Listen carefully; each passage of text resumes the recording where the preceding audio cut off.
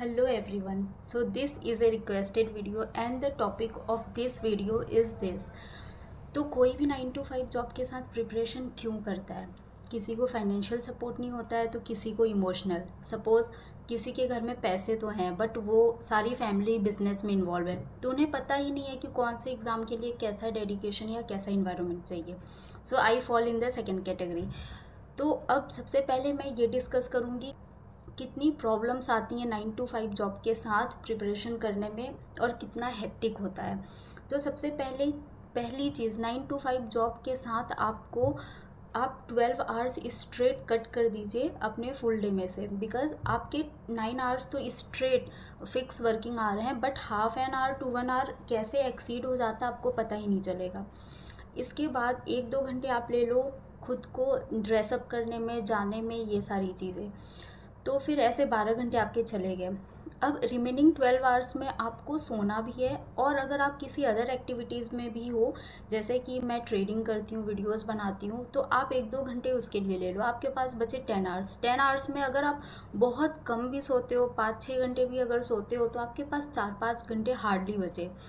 तो आपको इसमें क्या होता है कि आपको अपनी क्लासेस भी कंप्लीट करनी है, रिवाइज़ भी करना है, तो आपको काफ़ी टाइम लग जाता है।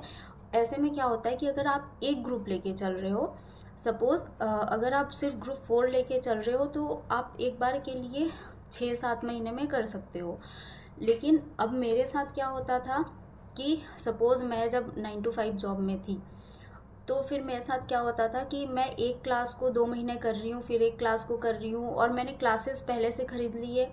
मैंने बहुत ही अनरियल सा टाइम टेबल बना लिया था जिसको मैं फॉलो ही नहीं कर पा रही थी और मेरी क्लासेस भी एक्सपायर हो गई थी।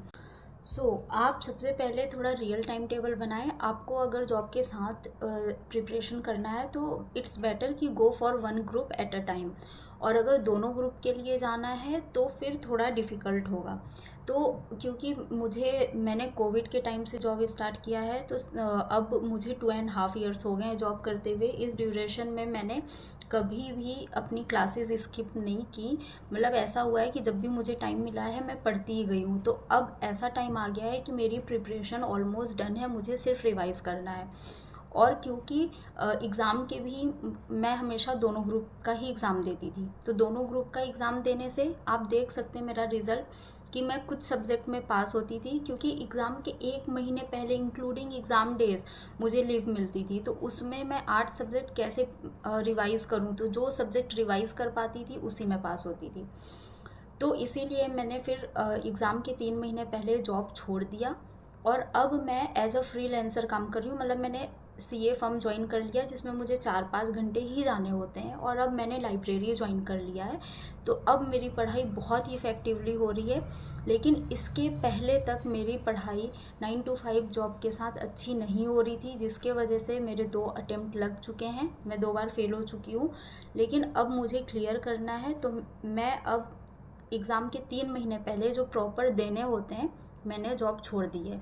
तो अब आप कंक्लूज़न निकाल सकते हैं कि आपको 9 to 5 जॉब के साथ कंटिन्यू करना है। आपका एम पहले क्या है, एग्ज़ाम क्लियर करना या फिर जॉब? अगर जिसे भी पहले एग्ज़ाम और जल्दी एग्ज़ाम क्लियर करना है वो कभी भी 9 to 5 जॉब के साथ ना जाए, क्योंकि 9 to 5 जॉब के साथ 2 साल तो आराम से लगेंगे। इवन अगर आप बहुत डिसिप्लिन्ड हो और रेगुलर क्लासेस कर रहे हो तो ग्रुप 4 आप 9 to 5 जॉब के साथ 6 मंथ में क्लियर कर सकते हो, बिकॉज़ वो इतना वास्ट नहीं है। उसकी क्लासेस आप अगर एक क्लास 1 महीने में ऐसे ख़त्म हो सकती है, मतलब एक सब्जेक्ट 1 महीने में ख़त्म हो सकता है, तो 3-4 महीने सफिशिएंट है उसकी क्लासेस करने के लिए, और लास्ट के 1 मंथ में आप रिवीजन करके दे सकते हो। तो ग्रुप 4 आप एक बार में 9 to 5 जॉब के साथ क्लियर कर सकते हो अगर बहुत डिसिप्लिन हो।